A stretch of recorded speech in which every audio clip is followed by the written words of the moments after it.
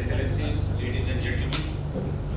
So we have come to the ultimate or the penultimate session of our very exciting and educative conference here at Port Blair.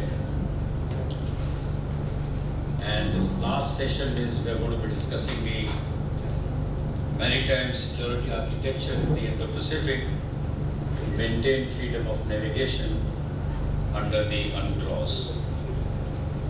I think we have had a very extensive and very wise discourse by Dr. Raja Mohan and a fairly articulated foreign policy position of the Government of India by Mr. M.J. Akbar, the Minister of State for Foreign Affairs. There was also a lot of discussion about South China Sea.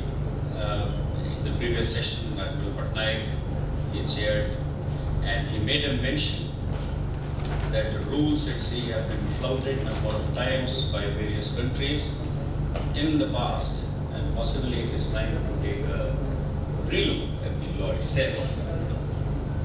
What happens when the laws are being revisited, if at all they are? What do we do in the meantime? Is the belligerence towards the law, if it continues, then what do we do?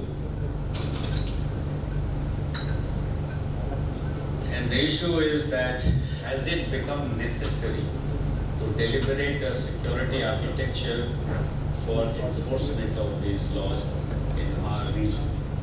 And if the answer is yes, then why now? There can be a debate on whether force is required or not required. It's a longish debate, and we can reserve that for another day. And when we speak of the architecture, we are essentially looking at the power component of the two-component theory which Dr. Raja Mohan mentioned, basically the power and the legality.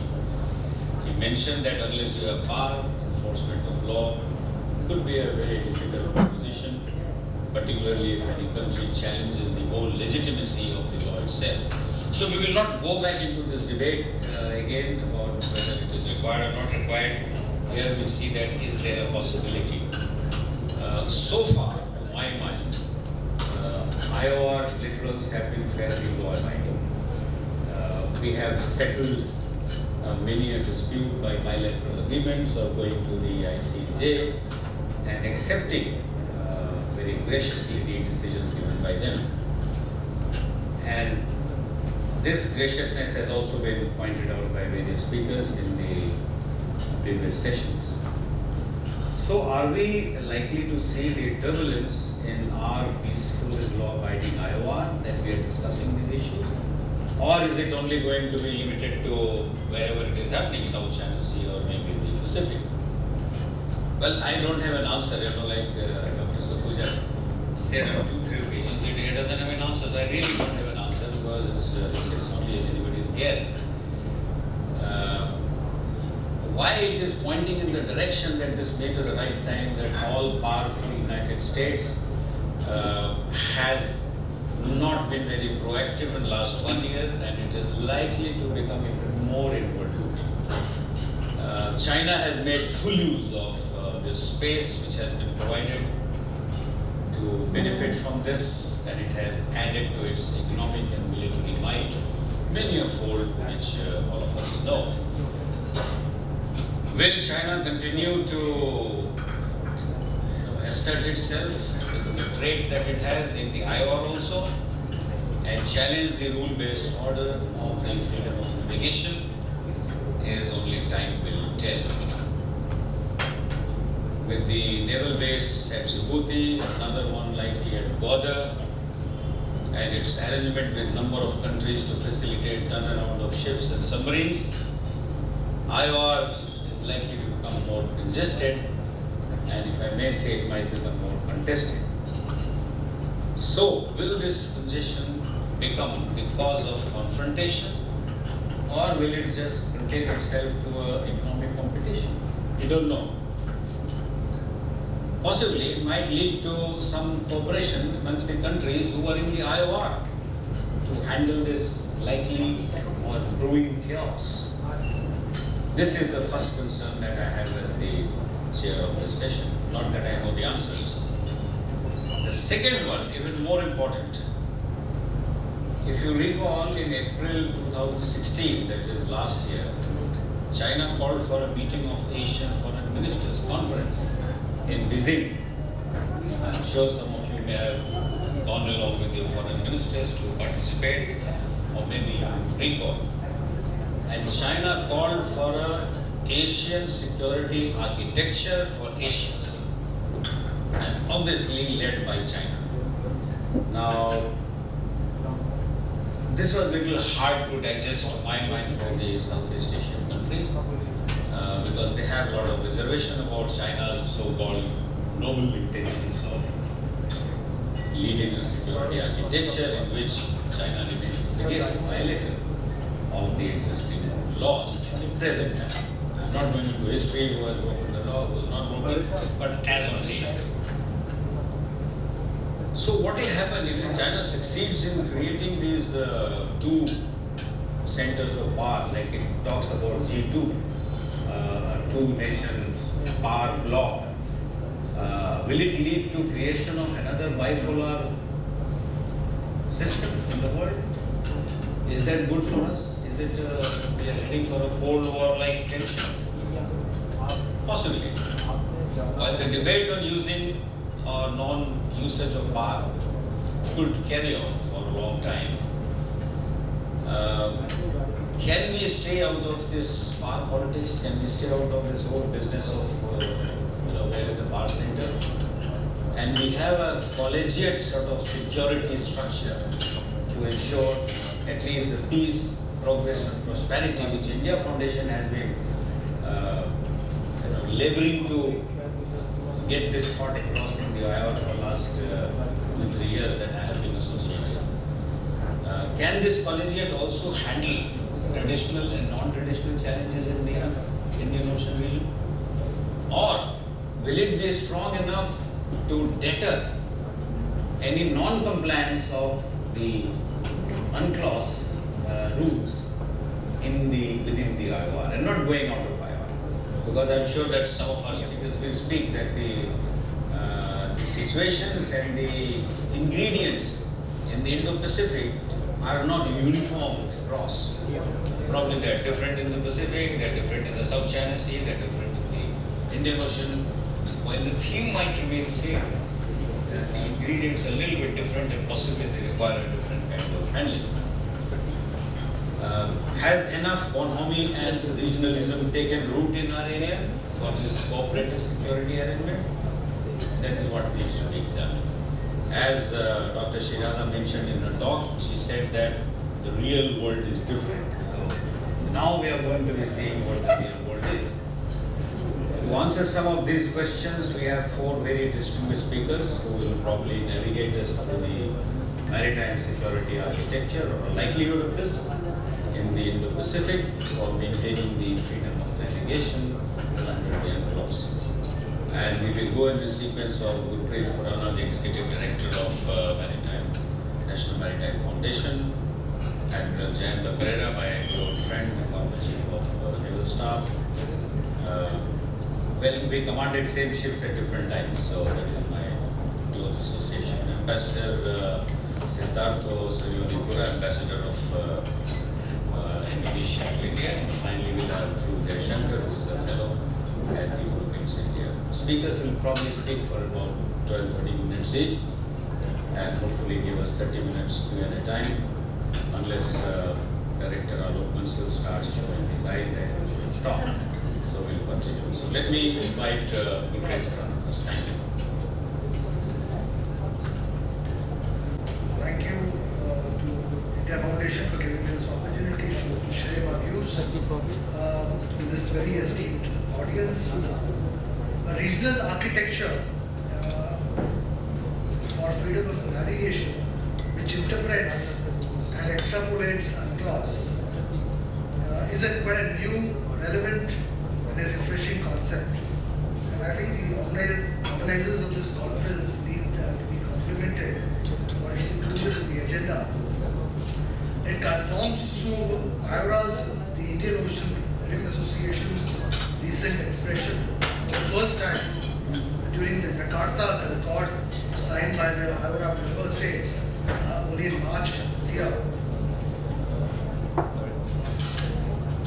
Just the scope of my presentation, I will first cover briefly the salience, why we need freedom of navigation, and then the main statement of problems, so as to say, what are the divergences, and then I come to the freedom of architecture. I'll focus on the Indian Ocean region because I agree with the chair that the circumstances in the two areas, the Western Pacific and the Indian Ocean, are vastly dissimilar in terms of maritime security. One really cannot handle both regions together. Now, many of us talk about freedom of navigation as something like, when they say, motherhood and apple pie. Everybody is using it. The countries are holding the stick, as Dr. Rajamohan said, those holding power, they are using it the same way. And those countries who are the receiving end of the stick, very funnily, they are also using the same thing. Of course, it's okay. This is the example you see in the slide. India is one example. It's okay for political leaders to use it, but we as analysts must be very clear with what we are saying. Because if we don't understand and we don't apply it, then the common man will be very confused. If the freedom of navigation, even if you qualify it in accordance with international law, the international law itself in terms of its interpretation is not very clear, and so we get into a big problem.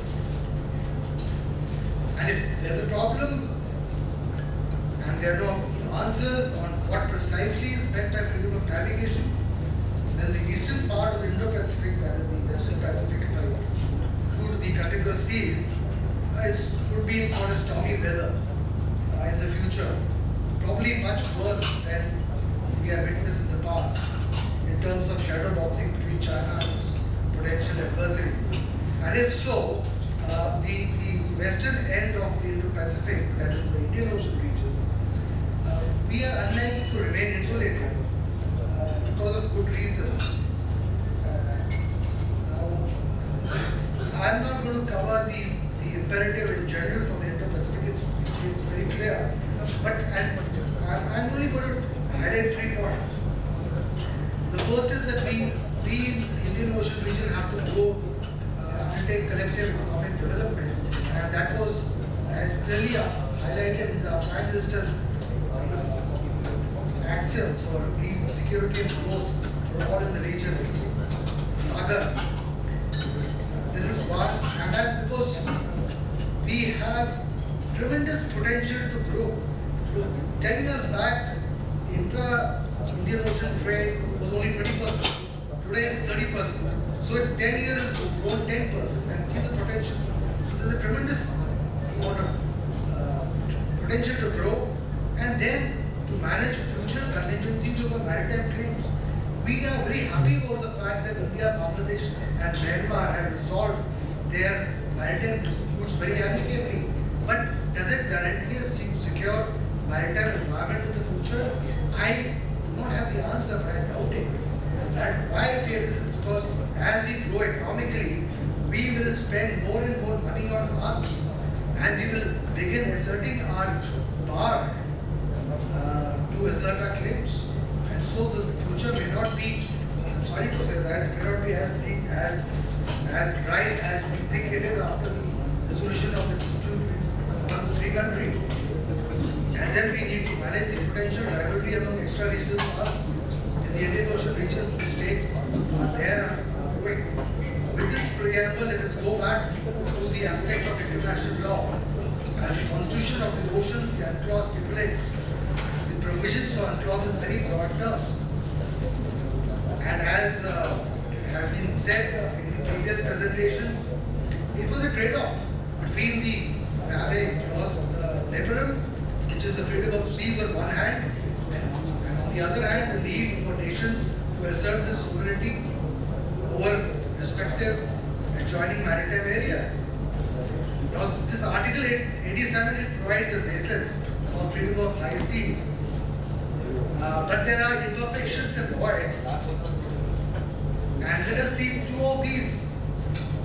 Now, evidently, freedom of navigation is for both military and non-military purposes. But the problem is the emphasis of the countries vary. For example,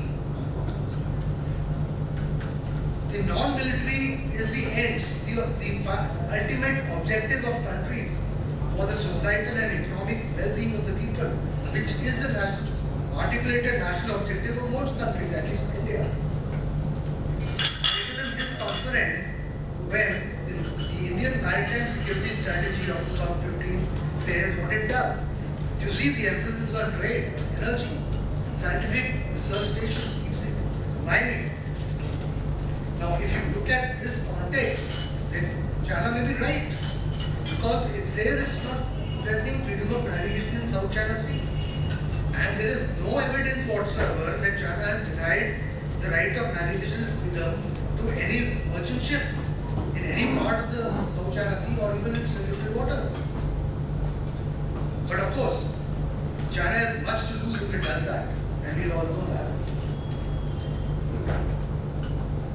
Now, let's come to the other end. Let's come to the US. It emphasizes the means, not the end. And the means is the military means to satiate the commercial ends. And the emphasis is on that. And you see the terms, it's not bare freedom of commercial vessels, it's including for military ships and aircraft. Now the question of freedom of navigation for whom, at least in terms of emphasis, could lead to a rather complex and ambiguous situation, as you see. Now in this context, China's actions also impinge on freedom of navigation, since it has been promulgating new no-sail zones whenever it conducts naval exercises. And in fact, its approach goes further to complicate the concept of freedom of navigation by blurring the military commercial distinction and using its fishing boats and maritime militia to assert its maritime claims in the South China Sea. Coming back to the divergence of interpretation of freedom of navigation, let us revisit this Article 87. It has a caveat, due regard for the interests of other states, and Professor Yurika spoke about it in the previous session. The US has been amongst the foremost naval powers that interprets UNCLOS, or as it says, the customary international law, to bestow more comprehensive navigational freedoms for its naval units in the territorial waters and EEZ of coastal states, including for military activities like surveys, of course, without any concern for the security of the states. But I am not being critical of the US. States do whatever is in their best interest, and more heavily so when they possess power. So US is doing what it must. But due to national security considerations of our states and our regions, who have been developing countries, we ask for at least prior notification for innocent passage and for prior permission for military activities in the EEZ as the Indian article of the NZI Act of 76, and thereafter the declaration during UNCLOS says, of course this declaration was, by ratifying the UNCLOS, is very much within the framework of UNCLOS, which that is certainly a part of the law. It may be recalled that in 2002, India had protested against the activities of the US naval ship Bowditch, which was conducting some survey in the Indian EEZ. The US asserted that it was a lawful survey being undertaken for navigational safety of warships, but India believed that it was gathering intelligence, but it couldn't say that. So it just said that we are doing very scientific research without consent, so there was a standoff. Now, unfortunately, UNCLOS does not define what is military activity, and I'm not saying that it was supposed to do so. fact that I'm trying to highlight is that the void remains. And this is the result of India's stand, which leads to US freedom of navigation against India, and the latest one is shown on the slide. Now, coming back to China, China presents a very interesting case of a shifting position. It has been a country that has traditionally shared the position held by other developing countries since the days of UNCLOS negotiations. And it maintains the same stand in its maritime periphery when it is at the receiving end of the stick in terms of its insecurity due to US military activities. But in the seas far away from its maritime zones, its approach lately has been akin to a major naval power like the US.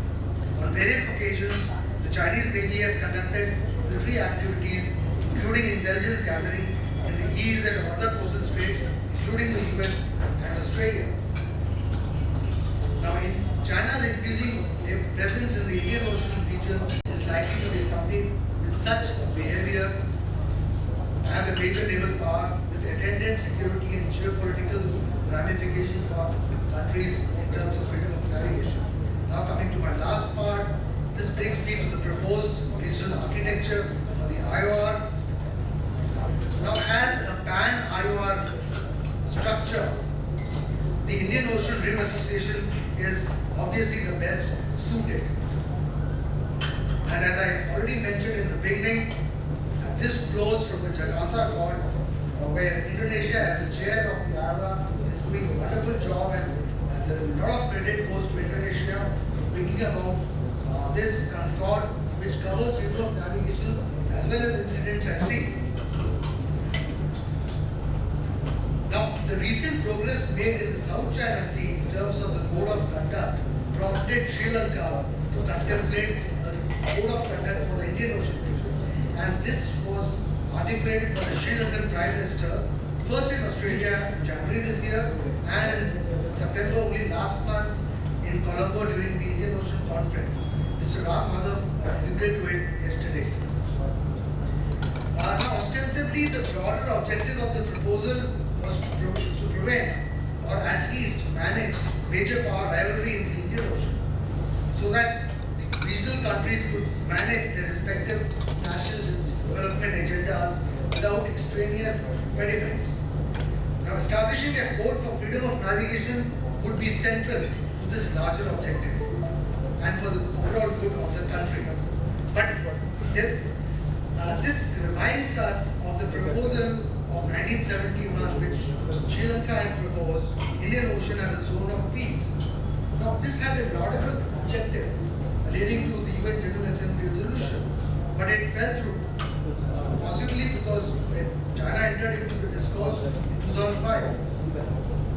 In a more recent pertinent development was 2014 World Dialogue in Sri Lanka, in which India's National Security Advisor, Mr. Ajit Doval, proposed to revive the concept of the Indian Ocean as a zone of peace. And reportedly, it was also driven by China's increasing military presence in the Indian Ocean. So what we need to do is to avoid mistakes of the Indian Ocean as a zone of peace proposal of 1971. And first we should achieve some kind of a solidarity in our regions, and it is not very difficult to do this because we have a similar DNA, so I should say, in terms of our being wary of major power military activities in our territorial waters and exclusive economic zones. And a collective decisions could fructify. We shouldn't rush it up. We could build norms of conduct over a period of time before a uniform code is established. And we should not look for legal obligations right to start with. And the way we should progress is, first we should achieve consensus within the IOR before involving the dialogue partners. And lastly, the Indian Ocean Naval Symposium is very essential for linking up, because the freedom of navigation is not only a geopolitical and strategic aspect, it goes down to the functional level of the navies, and so far the islands has not been given adequate emphasis within member countries of IORA, but trend is changing now for various reasons. The first one is that in the IORA, the maritime safety and security have been added to its agenda during the Australian event in 2014. So that is one. And secondly, very importantly, there is an outward and looking approach of the apex political leadership of many countries, like for instance in India and Indonesia and some other countries as well. And thirdly, most importantly, is China's increasing presence, naval presence in the Indian Ocean. I will repeat it.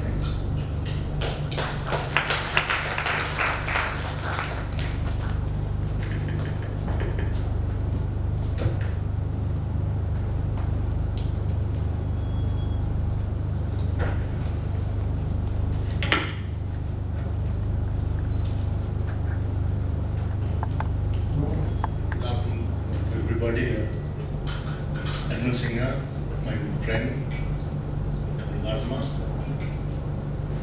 Your Excellencies, distinguished guests, ladies and gentlemen. I consider honor and a privilege to be here today. And I want to thank Captain Alok Bansal and India Foundation inviting me to come and address this gathering. Ladies and gentlemen, this is my second visit to Nicobar, Good Bay. I have visited here as a young Navy officer, as a captain, on board ship to one of the exercises you had here. So I'm happy to be here again, and I have a lot of interaction with Indian Navy because I have trained here, so we have a lot of friends. Ladies and gentlemen, I will not take time. I'll just quote in the words of great first Prime Minister Sri Jawaharlal Nehru. I quote, "To be secure on land, we must be supreme at sea." And the foresight plays a vital role in Sri Lanka, the present day more than ever. Ladies and gentlemen, the developments that are taking place in the Indo-Pacific and matters related to maritime security are very important for Sri Lanka. In the present context, due to obvious reasons, since winning the brutal 3 decades conflict in 2009, Sri Lanka became as the one of the countries emerged victorious by defeating terrorists and non-state actors once considered hard to beat. The role played especially by the Sri Lankan Navy in defeating LTT maritime capabilities in near shore and deep seas made huge impact on the victory achieved on land. It was Sri Lankan Navy that took initiative in turning the tide in our favor and regain the total sea control. Otherwise, it was a major impact to sea line of communication in the region today. We have not done this. Ladies and gentlemen, as an island nation, ocean affairs are significant to Sri Lanka. We have many international regional initiatives related to ocean affairs, and most significantly, we have been very closely involved in UNCLOS discussions from its very outset. Our Honorable Prime Minister, this was discussed here about many times. Speakers at the recent Indian Ocean Conference emphasized the importance of addressing traditional and modern security concerns internationally. In relation to this, he stated that Article 34 to 56 of UNCLOS are insufficient to deal with concerns that are related to freedom of navigation. Therefore, Sri Lanka is intending to work with all parties in creating a shared vision for economic and secured engagement. We remain convinced that the code of conduct that ensure freedom of navigation in our ocean will be an essential component of this vision. Several countries in the region, mostly importantly India, has continuously demonstrated commitment to long-standing customary international law. Prime Minister Modi has expressed that respecting freedom of navigation and adhering to international norms are essential for peace and economic growth in the interlinked geography of Indo-Pacific. The Indian Ocean by action as well as word exemplify it. Ladies and gentlemen, the Indo-Pacific region is popularly known for its fast economic development and its strategic position on the sea line of communication. It has 60% of the world population, a gross domestic product of more than 40 trillion US dollars, and hubs of economic power that now compete with West. Thus, it's truly emerging as a region of opportunities. Within the shifting of global economic and geopolitical landscape of the 21st century, the Indo-Pacific region comprising the Asia-Pacific and the Pacific region is also emerging as significant geostrategic space, a theater of great power, competition and rivalry. Development within Indo-Pacific region and its surrounding waters have subsequently held the attention of policy and strategic analysis. Ladies and gentlemen, the Indo-Pacific region is central to issue of energy security. This sea line of communications are critically located as conduit for the transit energy supplies from Gulf states to the economic powerhouses in South and East Asia.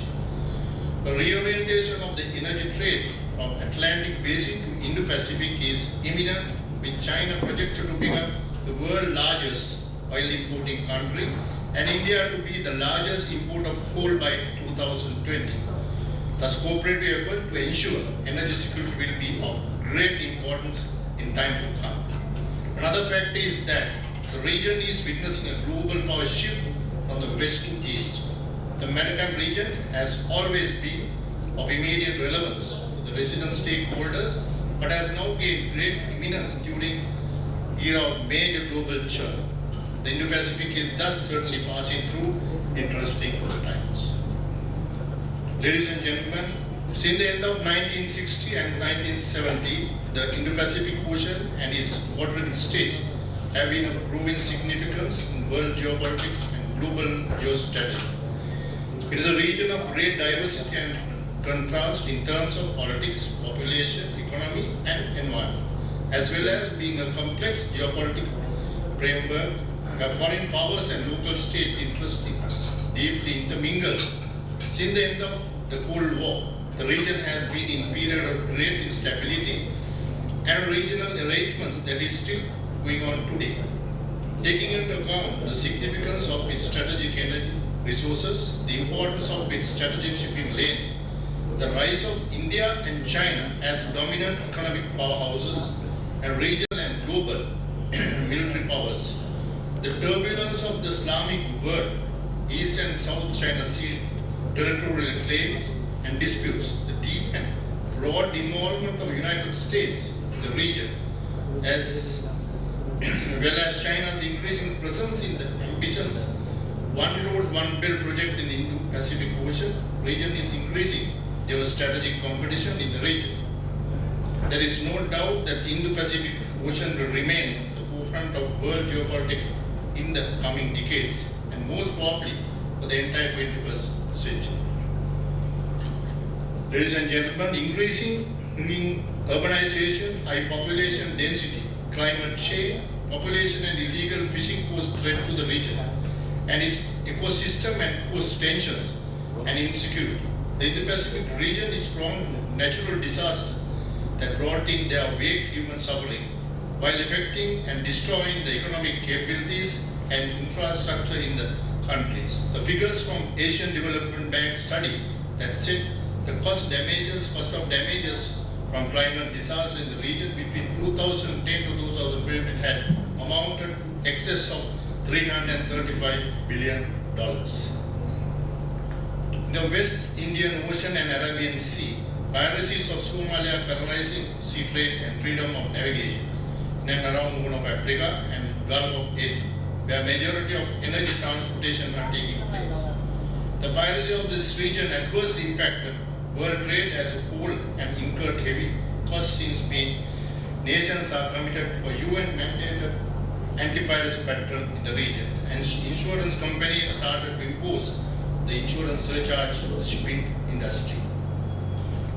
The piracy hindered the freedom of navigation significantly and disturbed the energy exports and import through this vital sea area. Ladies and gentlemen, nevertheless, the Eastern Indian Ocean is an example of effective anti-piracy cooperation. the Strait of Malacca patrols comparatively undertaken by the Indonesia, Malaysia, Singapore and Thailand have helped to dramatically reduce the number of piracy incidents along the choke points since its inception 12 years ago. Ladies and gentlemen, now UNCLOS says about freedom, what UNCLOS says about the freedom of navigation. Maritime security issues are of particular importance and must be tackled by regional players. States should reaffirm the need to respect and comply with international maritime law and practice, including UNCLOS. They should also emphasize the importance of freedom of navigation and sea lane security. There are critical elements in further expanding trade safely throughout the sea lane in the region. International customary law and United Nations Convention of the Sea of the Convention of the Law of the Sea emphasize freedom of navigation in the ocean as long as ships ensure innocent passage irrespective of territorial sea, contiguous zone, EEZ as well as international waters. In the modern law of the sea, freedom of navigation was perceived as equally important, and this status was reflected in now superseded Geneva Convention on the Law of the Sea. Article 14 of the Convention on the Territorial Sea and Contiguous Zone 1958 guaranteed the right of innocent passage to vessels non-suspendable for waters in international straits, and Article 23 indicated explicitly that such rights were available to warships. Ladies and gentlemen, freedom of navigation, the high seas was guaranteed in Article 2 of Convention on the High Seas 1958. The Article 3 of Convention of the Continental Shelf Convention 1958 ensuring that the status of waters above a state's continental shelf remain as high seas and therefore enjoying freedom of navigation. These efforts had been prefaced by International Court of Justice in 1949 in the Corfu General case, which confirmed the rights of innocent passage available even to warships passing through states used for international navigation. The court was also prepared to state that foreign vessels, including warships, during peacetime had a right of innocent passage to all international straits. Ladies and gentlemen, it is really then a fact that the Indo-Pacific region is the lifeline of the world trade, thus ensuring unhindered sea passage is imperative for any vessels from any country under the obligation of international law need to be perceived and safeguarded due to complexity of many different issues in the ocean. Region of nation states involving East and South China Seas issue, Western Indian Ocean piracy that involves both state and non-state actors. Large-scale drug and transportation human smuggling are clear impediments that interruption to the freedom of navigation. There is a necessity to collectively agree and put in place security architecture which covers the entire Indo-Pacific region with the involvement of all stakeholders states to ensure freedom of navigation, therefore reaffirming the need to respect and comply with international maritime law and practice, including United Nations Convention of the Law of the Sea. Ladies and gentlemen, presently there is no mechanism for all parties to collectively establish a regional organization with maritime domain in tackling the current security challenges. While there needs strong leadership in mastering and partnering, regional stakeholders nation initiate organization responsible for maritime security and lead to collectively identifying initiative for architecture development. In addition, proper analysis should be conducted of current security status and views of maritime security issues and disputes ranging from East and South China Seas to sea piracy, in order to find solution for existing as well as potential threats for freedom of navigation from state and non-state actors. Presently, there is no provision for resolving maritime disputes through discussions and consultation based on international law in the multilateral environment among state actors, which too need to be addressed. Ladies and gentlemen, some of the salient points of a collaborative framework include active participation of all stakeholders in the security architecture framework, with prominent role played by the leading nations such as US, India, China, Japan, and Australia. Also, this collaborative effort needs the cooperation and participation of all regional organizations such as ASEAN, BIMSTEC, IORA, IONS, World Dialogue, etc. An integrated maritime strategy should be adopted by the regional and stakeholder states, while each maritime zone should be equipped with monitoring and enforcement mechanism and staffed with representatives of the countries of that zone. Regional Maritime Coordination Center is to be responsible for the strategic coordination of the zone. It is also expected to serve as an information collecting and disseminating point and lies with Maritime Inter-Regional Coordination Center, East, South and West Indian Maritime Domain. Ladies and gentlemen, in this background, a common maritime security architecture, I would argue, has never been opportune and necessary. It should allow cooperation and partnership, promote rule-based maritime activity, allow bilateral and multilateral cooperation, create space for assistance of needy nations to be supported by advanced nations for capacity building, the transparent approach, enhance maritime domain development. And most importantly, should have voluntary consensus on refraining of planning or carrying out action that hinders the security balance of Indo-Pacific Ocean region. Ladies and gentlemen, we have learned from history that conflict defeats very purpose of betterment. One of the ways to avoid conflict is to make all stakeholders equitable partners in the development process. While establishing interaction on mutual respect, it is of great importance. I wish that Indo-Pacific region become a region of equal opportunity. Thank you very much.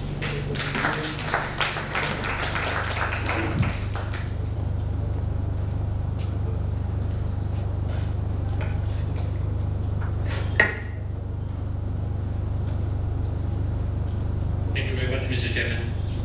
Good afternoon, everybody.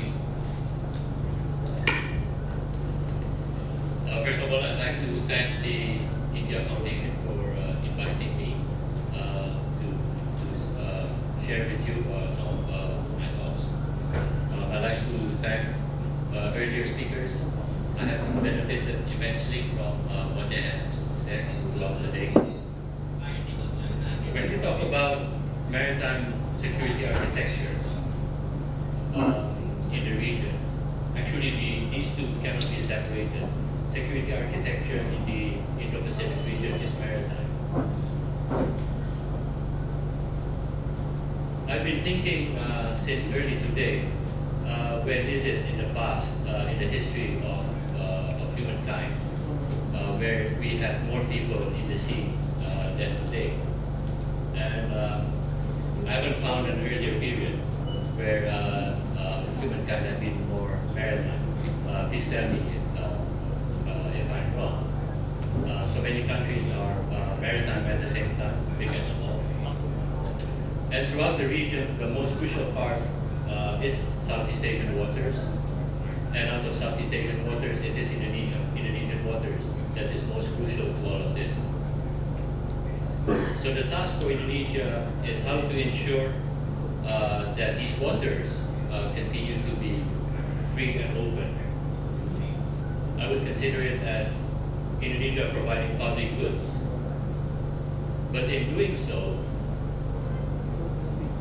the crucial question is how to get everybody, every country to agree that it is important for everybody to have these waters free and open for everybody. So before going to how I would see the regional architecture a few years ahead, let me go back a bit and see how it has evolved in the past 15 years. If you were sitting in an ASEAN meeting 15 years ago in 2002, you will see that ASEAN, throughout all of its institutions, throughout the year, none of it talked about maritime issues in a comprehensive way. You know, transport ministers will talk about ports, about ships, fisheries ministers will talk about fish. Foreign ministers will talk about South China Sea. But there was no umbrella or comprehensive concept about maritime. That's why this is important, because ASEAN itself has evolved. In 2002, it was just a few years after it included as new members Cambodia, Laos, Myanmar, Vietnam. So for the first time in history, ASEAN had all Southeast Asian countries under one umbrella. It is a big achievement. But then at the same time, the geography of ASEAN became two parts. One is maritime, one is continental, and it is in the neighborhood of China on land. And of course, there's what I would term a peninsular part, which is mixed between continental and maritime. So countries like Singapore, Malaysia, Thailand. So there was a challenge also for ASEAN's own cohesion and integration. That's why in 2003, the ASEAN leaders came out with two concepts. One was to create an ASEAN community, and second was to establish an ASEAN Maritime Forum. This is as a way to acknowledge ASEAN's geographic being as a maritime region. And since then, the ASEAN Maritime Forum was established in 2010. In the meantime, in 2005, India became part of the regional architecture. Other regional institutions took up maritime issues, the ARF, ADMM. The Asia-Pacific Economic Cooperation started discussing ocean and fisheries in 2002, and took up the issue of blue economy in a more comprehensive way in 2013. And in the meantime, South China Sea heated up. In 2010, China declared that the South China Sea is its core interest. And then the rest is history. The other part of the evolution is Indonesia's own maritime outlook. And it has evolved in the past 15 years in a number of ways. The first is that we develop a complex foreign policy for a complex neighborhood. Our diplomacy, our foreign policy in ASEAN has always been traditionally part of our foreign policy. But in the past 15 years, we developed our diplomacy for Western Pacific. So it took the form, among others, as establishing the Southwest Pacific Dialogue, establishing the Coral Triangle Initiatives. We became a member of the Pacific Islands Forum, the Melanesian Spearhead Group, and we established bilateral relations with almost all South Pacific countries. And then in the Indian Ocean, greater attention to it, leading to our taking up of the EORA chairmanship. And we continue to seek to build an Indian Ocean Rim Association, among others by applying lessons learned, experience from the Pacific Rim regional architecture into the Indian Ocean and how to connect the two. We have intensified border diplomacy with all our neighbors. Those are India, Thailand, Malaysia, Singapore, Vietnam, Philippines, Palau, Papua New Guinea, Timor-Leste, and Australia. We believe that good fences make good neighbors. We've concluded maritime boundary treaties with Philippines and Singapore. With India, we have the 1974 Continental Shelf Agreement, 1978 Trilateral Agreement on Continental Shelf boundaries with India and Thailand. And this year we began negotiation on boundaries between India and Indonesia, EEZs.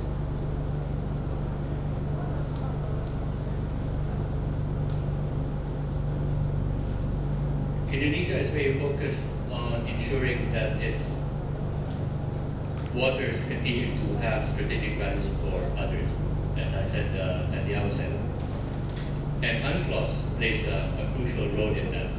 That's why if you go through the history of UNCLOS, for Indonesia, the acknowledgement of Indonesia as an archipelagic state was central since the 1950s. And this was alluded by an earlier speaker, the Juanda Declaration, the Unilateral Declaration. So we have a fundamental interest in UNCLOS. Now, on this basis, how should the architecture be in the next few years, let's say 5 years?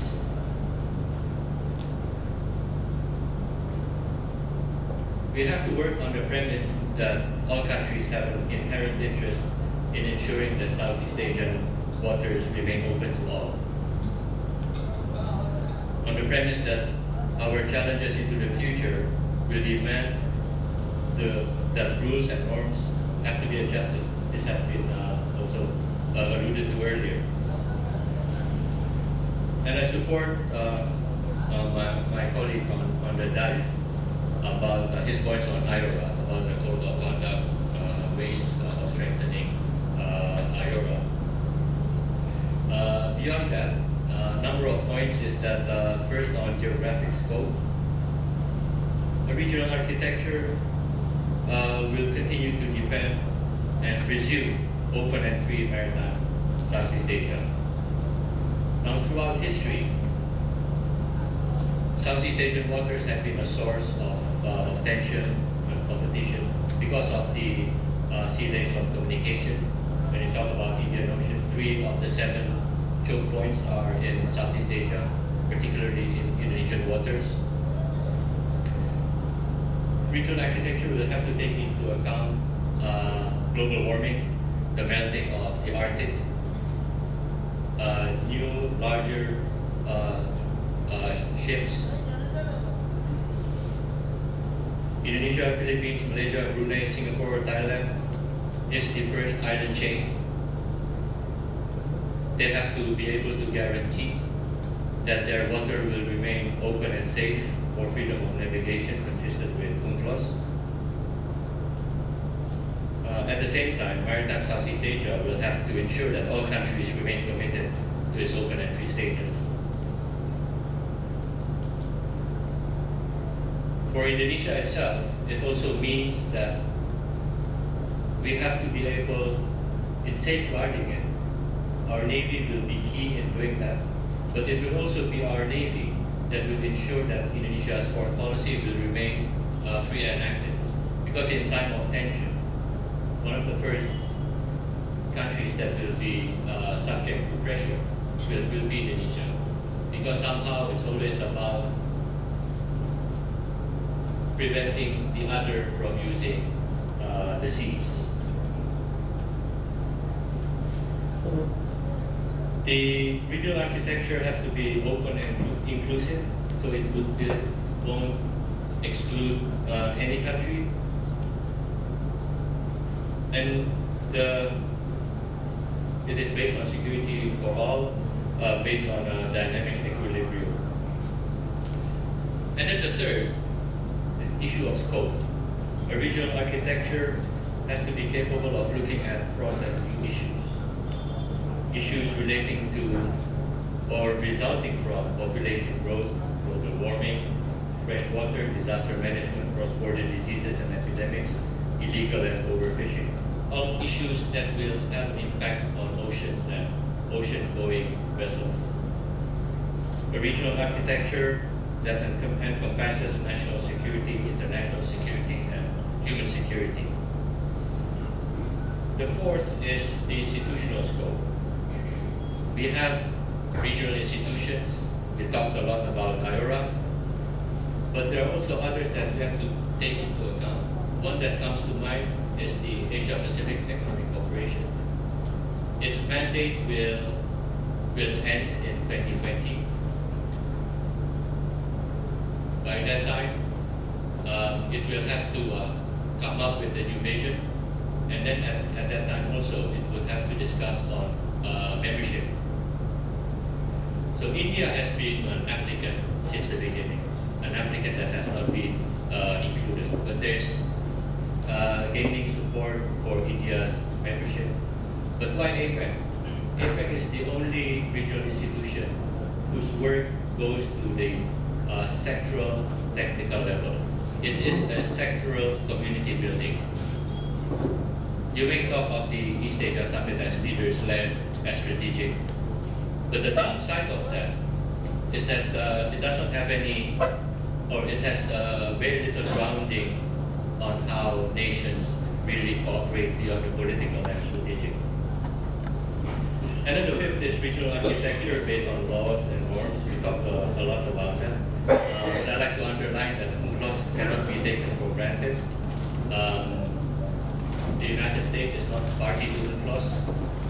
We have to continue to be vigilant about other parties that may undermine UNCLOS. This morning I talked about the United Nations Security Council, a lawmaking body. We talked a lot about China. My final point is that as we move forward, ASEAN and Indonesia will have to ensure and actively seek the support and interest of others in making Southeast Asia maritime region open for all, and that other countries will engage constructively because they have a common interest in the stability and security of this maritime region. Thank you very much.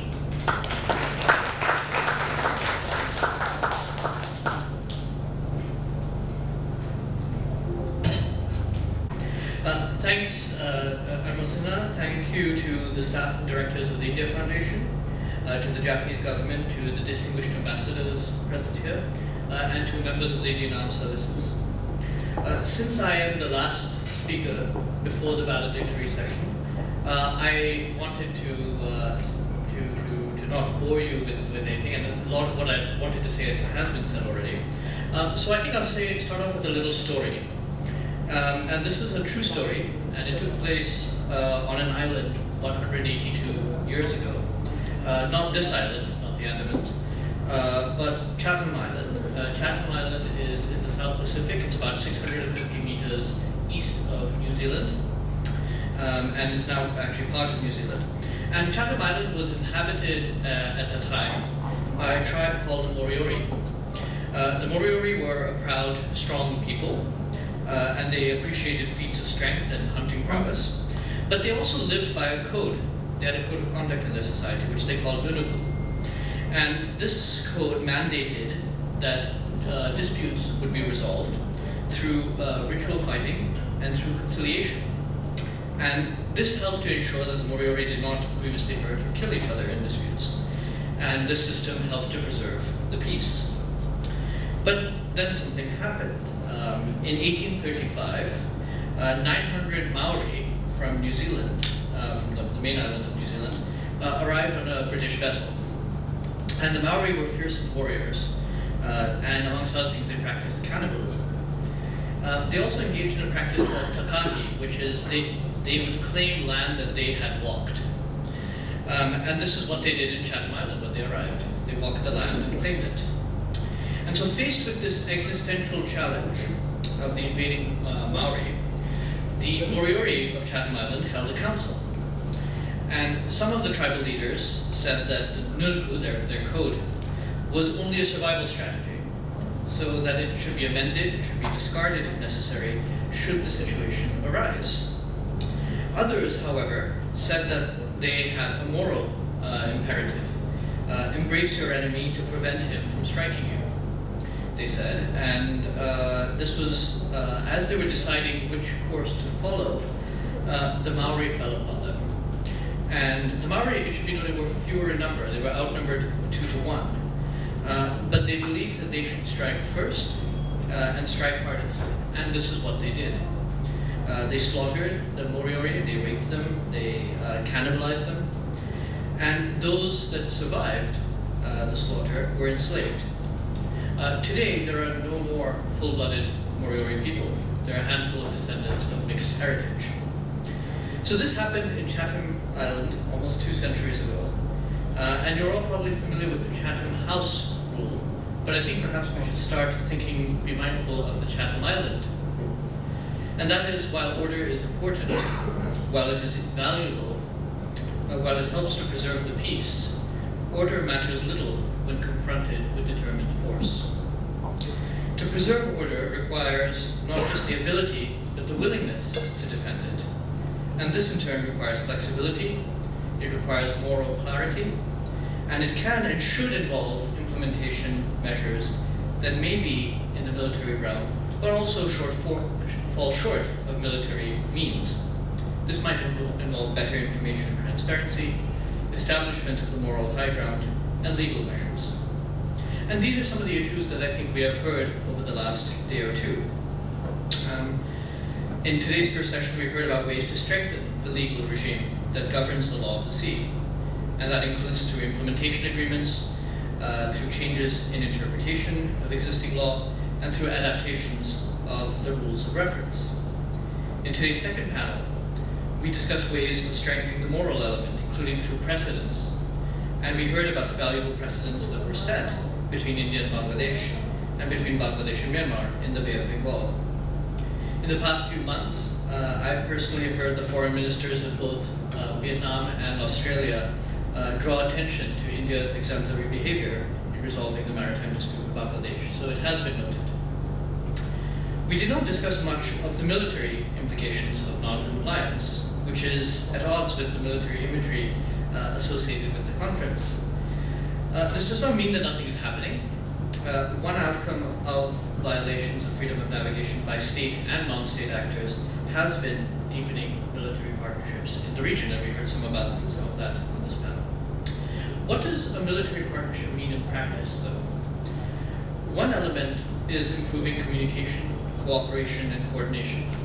It's about monitoring developments, it's about summits, it's about dialogues, it's about socializing each other, and it's about meetings, including this one, where people from different countries can candidly share perspectives.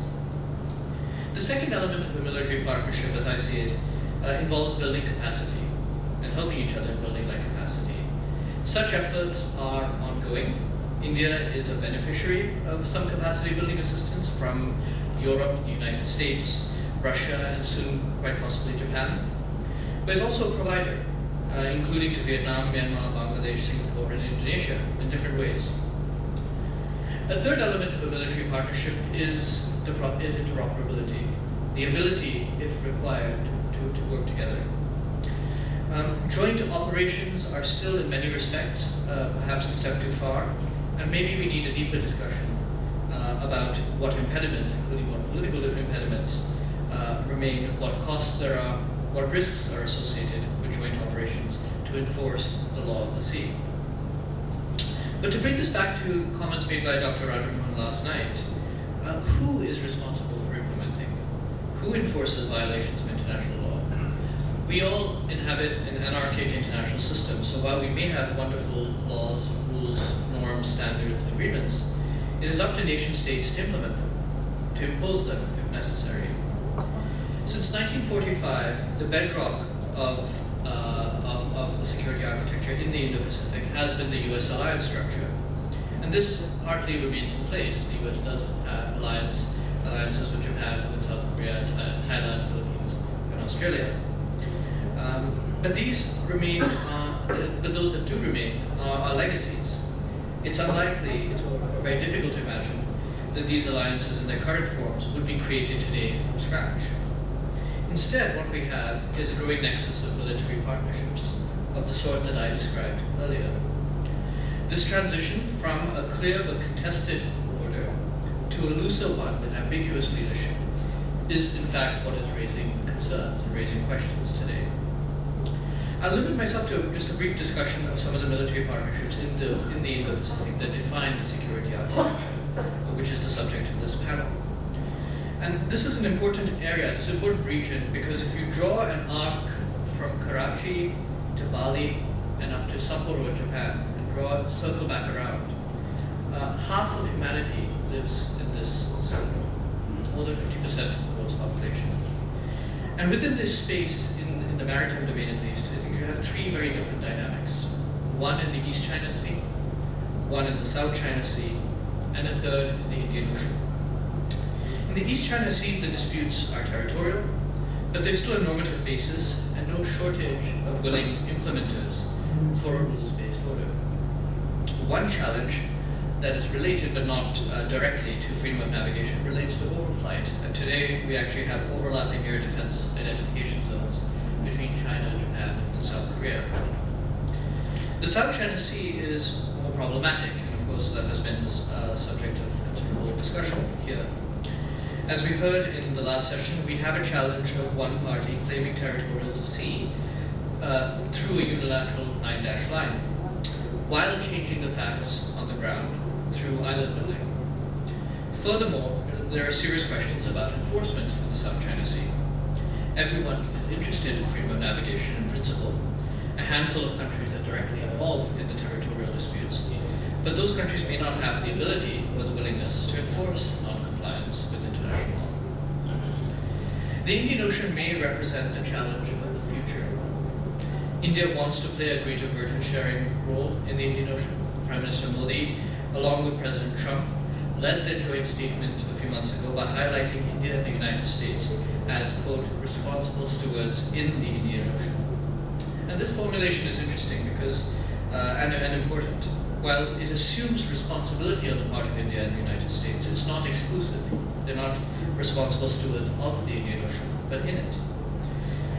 It's not just India's ocean, although India has obligations, vital national interests, and a nascent capability to play a role as a security provider. But naturally, India cannot do all of this on its own, and needs cooperation to build capacity, to get information, to improve interoperability with others. And that includes the United States, Japan, Australia, Indonesia, Vietnam, Singapore, Bangladesh, Sri Lanka, Myanmar, and many others. Let me leave you with a question. Assuming we do all of these things that I outlined to strengthen the rules-based international order in the Indo-Pacific, and that is strengthen the legal basis for UNCLOS, improve the moral standing by highlighting successful precedents, and better coordinating with each other and sharing information, helping each other build capacities to better implement the freedom of navigation by military and non-military means. Would that be enough? I don't have the answer, but I hope to discuss this further. Thank you. Well, you have done a lot of walking for me by actually summing up the. But it's very, very interesting to see that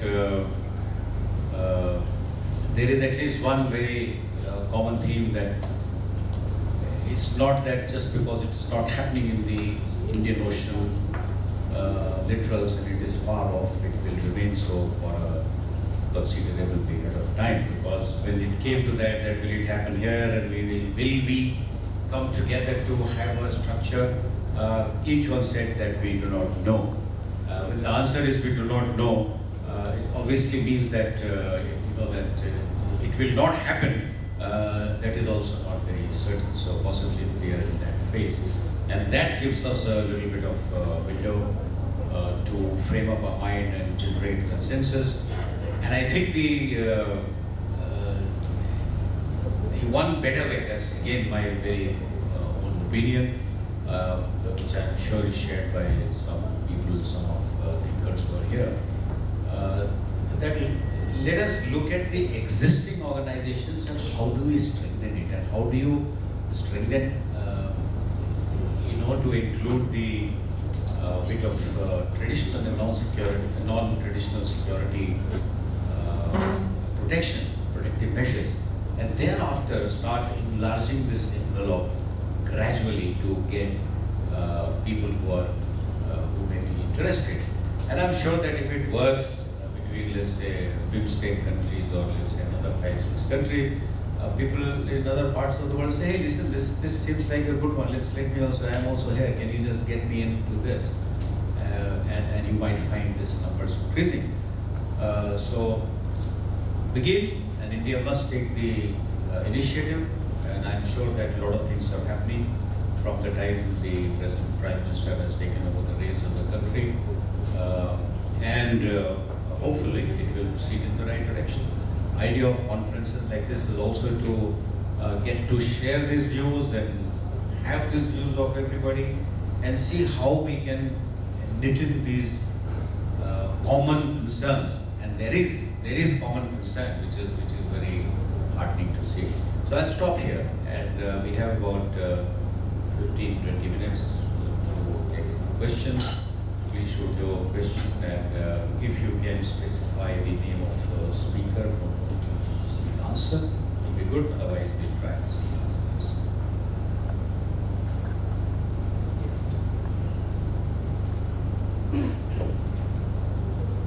Okay. TV, sir. Sir, I'll pick up from where Mr. Dhruv Jaishankar left. So the power of enforcement can be derived only by the ability to deploy force to start with, if not by the use of it. As of now, we only have coalition of some multinational forces operating in certain infested waters and conflict regions of the world, with some other nations deploying forces independently. For instance, the Gulf of Aden anti-piracy operations in and off Gulf of Aden. Is any security construct plausible on high seas under the big UN umbrella in order to lend more credence to implementation of UN Convention on Law of the Seas? Okay.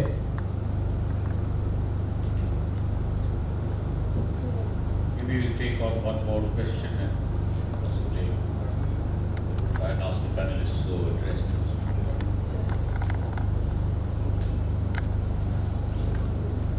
Yeah, go.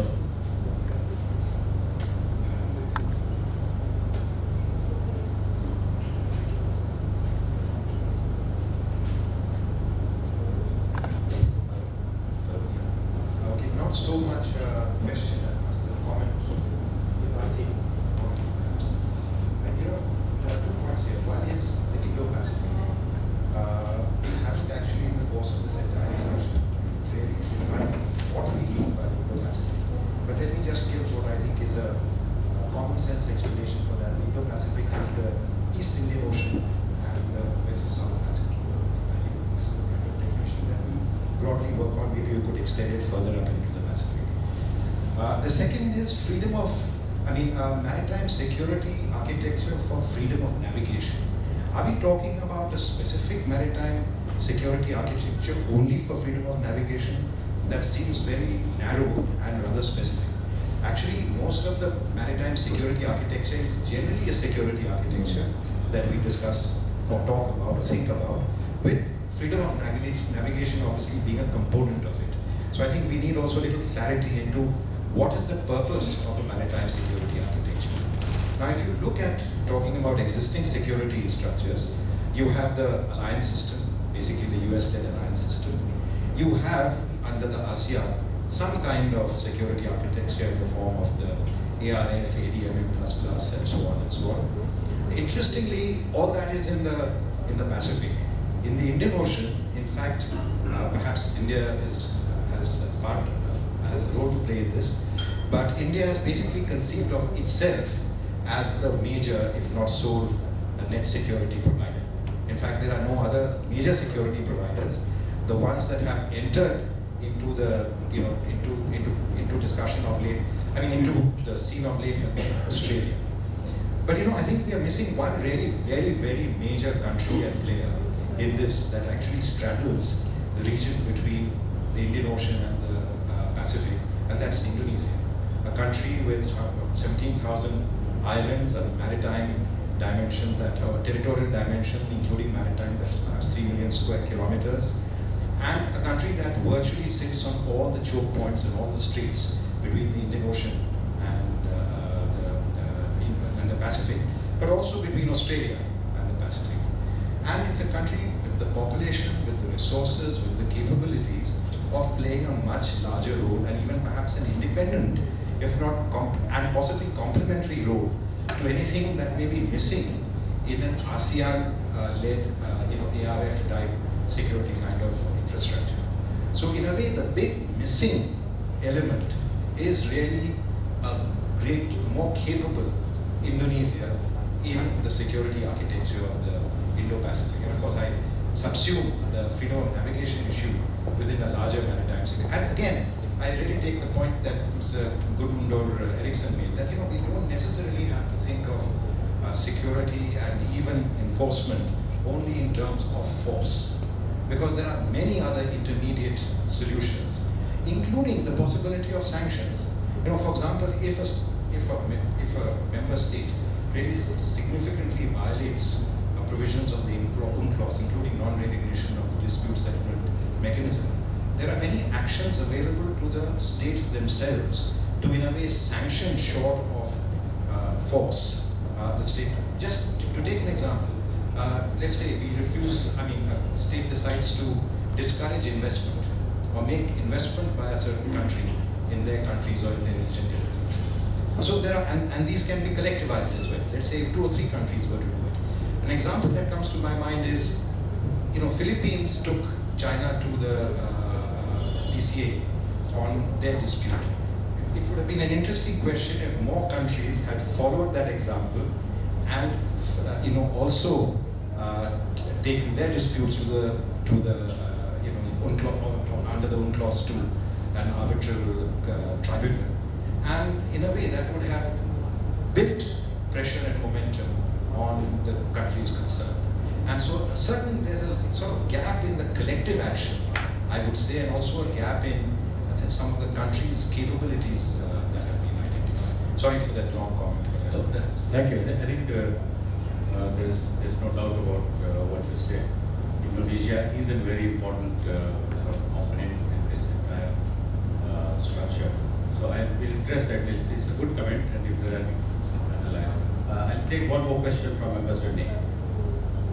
Thank you very much. First, my apologies for missing part of this section of this session. But the last comment inspired me to add one comment, because I largely agree with the assessment.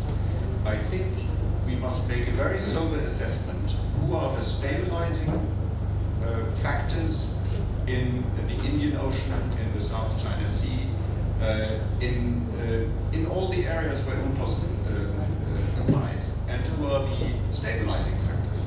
We must really then bring together in joint maritime operations those who agree in reinforcing the validity in the 21st century of UNCLOS.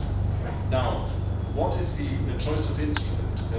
The question on could we have a UN mandate for such an operation? I'm a little bit hesitant about it because it would have to be mandated by the Security Council, and in the present composition of the Security Council, such a mandate would probably be too limited. And you were absolutely right. We shouldn't limit it to the freedom of navigation, but to have a larger scope, anti-piracy. The whole validity of the UNCLOS has to be preserved. But I would rather see some cooperation possible between the EU and India at the core of such an operation. Because when you look at it, EU Atlanta mission, fighting piracy otherwise, could be extended to a joint EU-India plus operation in the Indian Ocean, for example. And I see a greater preparedness for such global responsibility also on the European side. Thank you, Ambassador. Comment on Ambassador's questions. One on Indo-Pacific.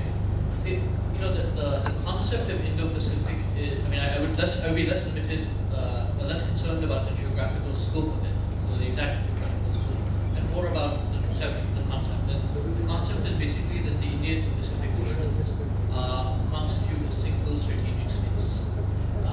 So another way, and a slightly more provocative way of thinking about it, is Bagher at the end of the first island chain, and Djibouti at the end of the second island chain, and other things.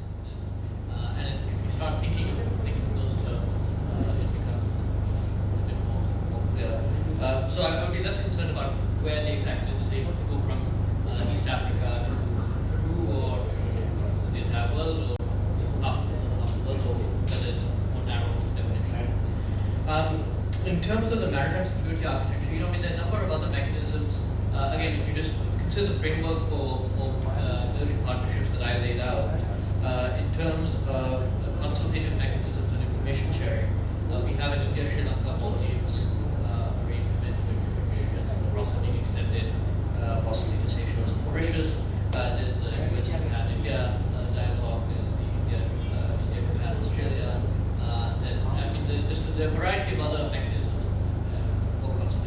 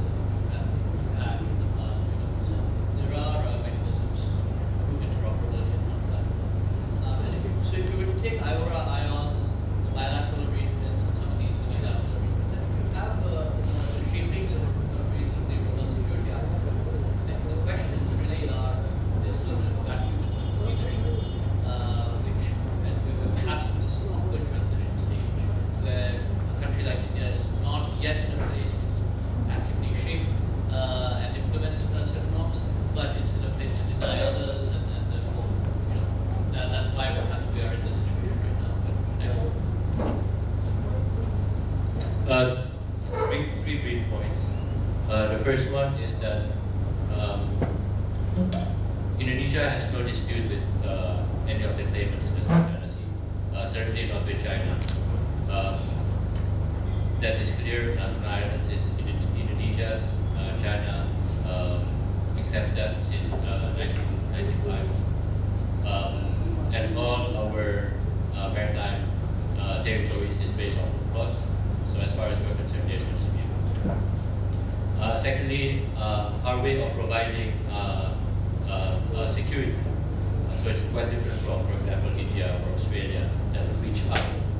Our way of providing that security is by ensuring that our own waters is open and free. It might sound a bit cliche, but if you go through history, you will see that it's exactly straits, waters, and so on that will become sources of tension. So this is a crucial point, and it would be up to first and foremost our Navy ensuring that happens. Third point, on the Indian Ocean. It's important to also include the African side of any Indian Ocean dialogue. I mean, we have IORA, yes, but the number of the security or the dialogue among some of the countries, I think should also include Africa. So, for example, India, South Africa, Australia, Indonesia, have their own Indian Ocean dialogue. Talk about how to take this forward.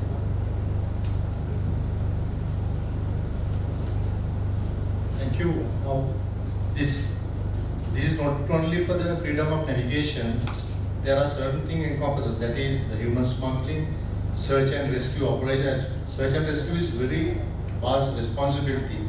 Certain countries have the capacity, but others they don't have.